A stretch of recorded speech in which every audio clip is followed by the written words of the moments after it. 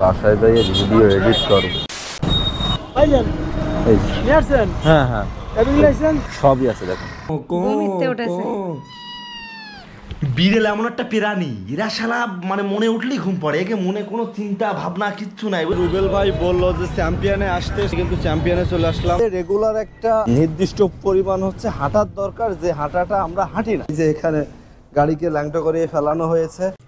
আজকের ভিডিওটা হতে যাচ্ছে অনেক বেশি বেদনাদায়ক, কারণ গত 3 মাস ধরে আমি আমার গাড়ি চালাই না। টায়ারের সমস্যা হয়েছে, 6 বছরের মতো একটা টায়ারে চলতেছে। 3 মাস পরে আজকে কিন্তু আমার বাইকটা বের করব, আমার ঠেলতে হবে এটা শিওর। তো আমি ফার্স্টে যাব শোরুম। তো শোরুমের ভিতরে হয়তো স্টার্ট হবে না, তো আমাকে ওই ঠেলে ঠেলে কিন্তু স্টার্ট করতে হবে। যদি স্টার্ট না হয় তাও ঠেলে নিয়ে যেয়ে আজকে ব্যাটারি চেঞ্জ করব ফার্স্টে, কারণ আমার ব্যাটারিটাও দুর্বল হয়ে গেছিল, আমার না গাড়ির।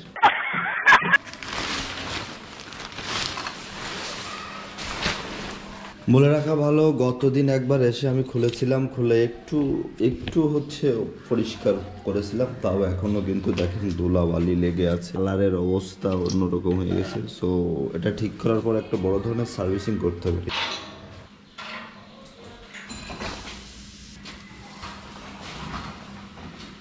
Few minutes later. গাইস এই ঠেলতে সামান্য একটু আইছি, না আছে হাওয়া আর খুবই ভারী, আমি ঠেলতে পারতেছি না। তো এই যে এখানে অপেক্ষা করতেছিলাম, ওই যে এই মানে শরীর একদম কয়েকটা ঠেল দিছি, জাস্ট সামান্য একটু আইছি। এই যে গাড়ি এখন এখান থেকে ঠেলে যাইতে হবে, কোনো গাড়িও পাচ্ছে না যে গাড়ির সাথে। আবারও এখানে দাঁড়ানো লাগলো, খুবই অবস্থা খারাপ, গাড়ি ঠেলাই যাচ্ছে না, এত পরিমাণে ভার। যদি হচ্ছে হাওয়া থাকতো সেক্ষেত্রে একটা কথা ছিল, হাওয়া নাই। তো 1 মিনিট ঠেলে পর আবার একটা দোকান করে দেখবেন মোটরসাইকেল পার্ট বিক্রি করে। ফাইনালি ব্যাটারি কিনতে যাওয়ার কথা বললাম, কিন্তু আমাদের রুবেল ভাই খুবই ভালো মানুষ, সে বললো যে আমি একটু চার্জ করে দেখি আধা ঘন্টা 1 ঘন্টা, কিন্তু চার্জ করার পরে কিন্তু গাড়ি চালাইতে হবে, ফেলায় রাখলে হবে না। আমাদের যে সমস্যা ছিল এটা হচ্ছে আমরা গাড়ি এসে ফেলায় রাখতাম, বুঝছেন, মানে 100 দিনের উপরে ফেলানো, এমনিতেই গাড়ির বয়স 6 বছর। তো আমরা এখন যাচ্ছি বাসায়, অ্যান্ড একটু পরে যেটা করবো 1:30টার পরে আসবো, আইসে দেখবো যে গাড়ি আসলে হচ্ছে কিনা এবং সকল আপডেট আপনাদেরকে জানাবো। Few minutes later. গাইস কথা হচ্ছে কি, ওই যে রেখে আসলাম গাড়ি, তারপরে সে বলেছিল যে ব্যাটারি চার্জ করে যদি হয় তাহলে ব্যাটারি কেনা লাগবে না, কিন্তু আধা ঘন্টা পরে আমাকে সে বলল যে ব্যাটারিতে চার্জ হচ্ছে না। সে সময় আমার প্রচুর কষ্ট লাগলো। এখন যে ঝামেলাটা সেটা হচ্ছে আমাকে ব্যাটারি কিনতে হবে। এর ভিতরে আমি কিন্তু বাসাতে এসছি, খাইছি, একটু রেস্ট করেছি, এখন যাচ্ছি ব্যাটারি কিনতে। ফার্স্ট অফ অল আমি এখন যাব পাওয়ার হাউস মোড় থেকে ফিরে, আমি ওইটা লাগানোর পরে তারপরে আবার সার্ভিসিংই দেওয়া লাগবে, ওয়াশ তো করতেই হবে।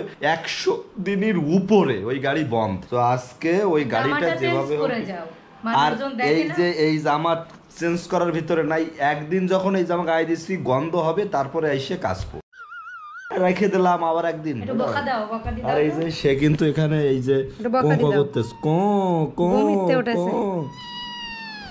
বিড়েল এমন একটা প্রাণী, এরা শালা মানে মনে উঠলেই ঘুম পড়ে, একে মনে কোনো চিন্তা ভাবনা কিচ্ছু নাই, বুঝলেন। হ্যাঁ এবার কি রে ভাই, মানে দিন নেই রাত নেই,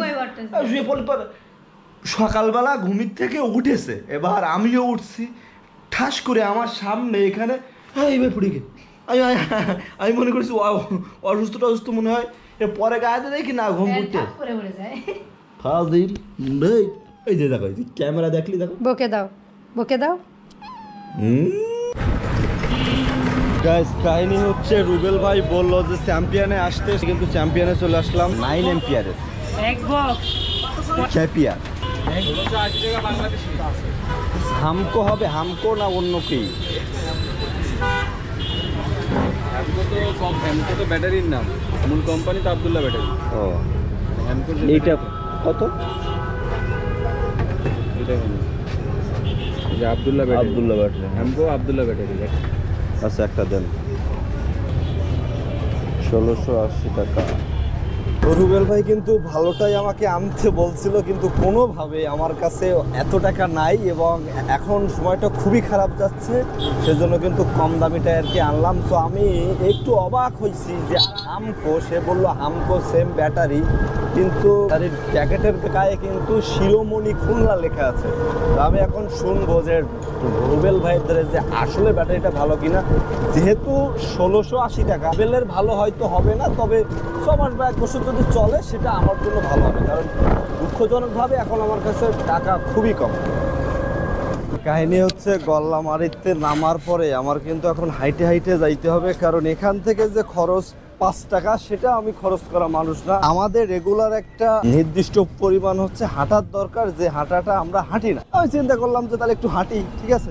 তো আপনারাও চেষ্টা করবেন যে একটু বেশি বেশি হাঁটার, বুঝছেন। এই যে দেখেন রুবেল ভাই শোরুম রাইখে এসে এখানে লোহার কাজও সে করতেছে, এ হচ্ছে অষ্টধাতু। গাইস ফাইনালি হচ্ছে রুবেল ভাই বললাম মিস্ত্রি আছে, লাগাইতে দেন, আমি এখন যাচ্ছি লাগাবো। এই দেখেন, এই যে এখানে গাড়িকে ল্যাংটো করে ফেলানো হয়েছে। ও ভাই, এই যে এখন কাহিনী হচ্ছে ওই যে লাগানোর আগে সব দিকে খেয়াল করতে বলছে। হ্যাঁ গাইস দেখছেন, প্রায় 100 দিনের উপরে গাড়ি রাখা ছিল, এই জন্য এখনো ওয়াশ করে নেই। এটা লাগিয়ে যখনই স্টার্ট হবে সে সময় কিন্তু ফার্স্টে যাবো ওয়াশ করাই। আমার আগে যেটা ছিল সেটা কিন্তু এই যে হ্যামকো, ঠিক আছে। আমি জানি ওনারা আমারে ভুলভাল বোঝাচ্ছে, তারপর আমি কিছু বলিনি। এই যে হামকোর বদলে এটা দিছে ভাই। ও ভাই, এই যে হামকোর বদলে এই যে কি দিছে? ও ভাই দেখেন, এই দেখেন এই যে কয়েকবার শুনছি ক্যামেরা অন করে আমার, তারপরেও হচ্ছে বলছে হ্যাঁ এটা হচ্ছে হামকোর আরেকটা কোম্পানি। তো আপনি যদি চায়না চান তাইলে হচ্ছে 2800 টাকা। আরে 2800 টাকা হবে কা? আমি সেদিনকার কি19 এর জন্য কিনে নিয়েছি 2200 টাকা দিয়ে। এইটা বললো 1680 টাকা। ভালো ভালো ভালো। ফাইনালি গাড়িটা কিন্তু স্টার্ট হয়েছে, আমি শুনছি, এবং স্টার্ট থাকতেছে না। এটারও কারণ আছে, কারণ হচ্ছে 100 দিনের উপরে রাখা। তো এখন যাব রাসেল ভাইয়ের গ্যারেজে, কারণ সেখান থেকে ওয়াশ করতে হবে। একটু তেল মোবিল না লাগাইলে অবস্থা খুবই খারাপ হয়ে যাচ্ছে, কারণ তার উপরেই কিন্তু রাসেল ভাইয়ের ধারে আমাদের যাওয়া লাগতেছে না। ভাই কিন্তু এখানে সবকিছু করতে পারতেছে। তো ভাই এখানে সব নাট ফাট সব টাইট টুইট কইরে আর সবকিছু আমার একটু কমপ্লিট কইরে দেয়। সূর্য ডুবতে শুরু করলেই আমার ঘুম আসে। সো এখন গাড়িটা ওয়াশ করা হচ্ছে, সময় লাগবে, অনেক সময় লাগবে, কারণ অনেক দিকে ঠিকঠাক করবে তারপরে।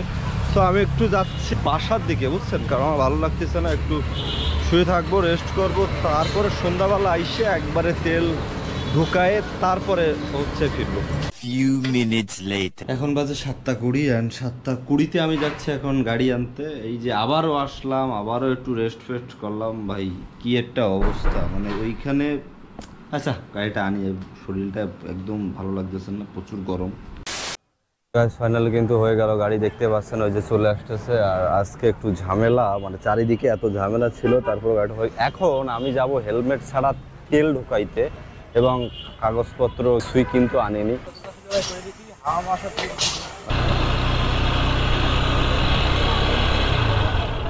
ফাইনালি কিন্তু বাইক রান হইল, কতদিন পর চালাচ্ছি রে ভাই। এখন প্রথম মামলাটা খাই কিনা ভাই। আমি কিন্তু আপনাদেরকে বলে রাখছি যে আমি যাচ্ছি তেল ঢোকাইতে ভাই। তো পুলিশ স্যারদের আপনারা একটু বললেন হ্যাঁ যে হচ্ছে আমি আসলেই তেল ঢোকাইতে যাচ্ছি। ও মা গো, কিভাবে ধুলোতে অ্যাটাক করতেছে আমার গাড়িটা। একটু আগে ওয়াশ করে আনিছে স্যার, আমারে কোনোভাবে মাফ করে দেন স্যার, একটু উঠতে দেন। কতদিন পর তেলের দোকানে আসতেছি, বুঝলেন, আজকে আর গাড়ি বন্ধ হবে না। 300 টাকা দেন। 300। আমি আপনাদেরকে অনেকবারই বলতেছিলাম যে কোনো ঝামেলা হয় কিনা, সত্যি সত্যিই কিন্তু আমার গাড়িটা আটকানো হলো। তো এখন এই 500টা হচ্ছে সে বাড়ির থেকে আনতিছে কাগজপত্র, আনার পরেই ছাড়া হবে ভাই। আমি একটু আগে ভাই আমি গাড়িটা ওয়াশ করলাম। আচ্ছা দেখা যাক, এনাদের সাথে কথা বললাম এবং হচ্ছে মানে সব কিছুই ভালো, কোনো সমস্যা নেই। বাসায় যাইয়ে ভিডিও এডিট করব। ফাইনালি কিন্তু আসলো, এই যে দাও দাও।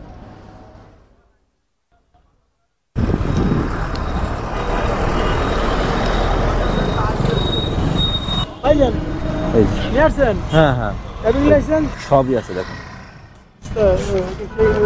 আমি হচ্ছে ভিডিও বানাইছো, আমি আইনরে কখনোই সম্মান করি না। আমার গাড়িতে তেলই ছিল না। আপনি যদি বলতেন যে না আমার তো আমার মতো তো না, হচ্ছে আপনাদেরই কাজ, আপনাদের ভালো লাগছে। এখন দেখা যায় এরকম করতে যদি হয়তো একটা গাড়ি একবার এই কাগজ দেখাতে পারবে না। হ্যাঁ হ্যাঁ হ্যাঁ, ওকে ওকে, থ্যাংক ইউ থ্যাংক ইউ। চুরি হচ্ছে অনেক গাড়ি হ্যাঁ থ্যাংক ইউ।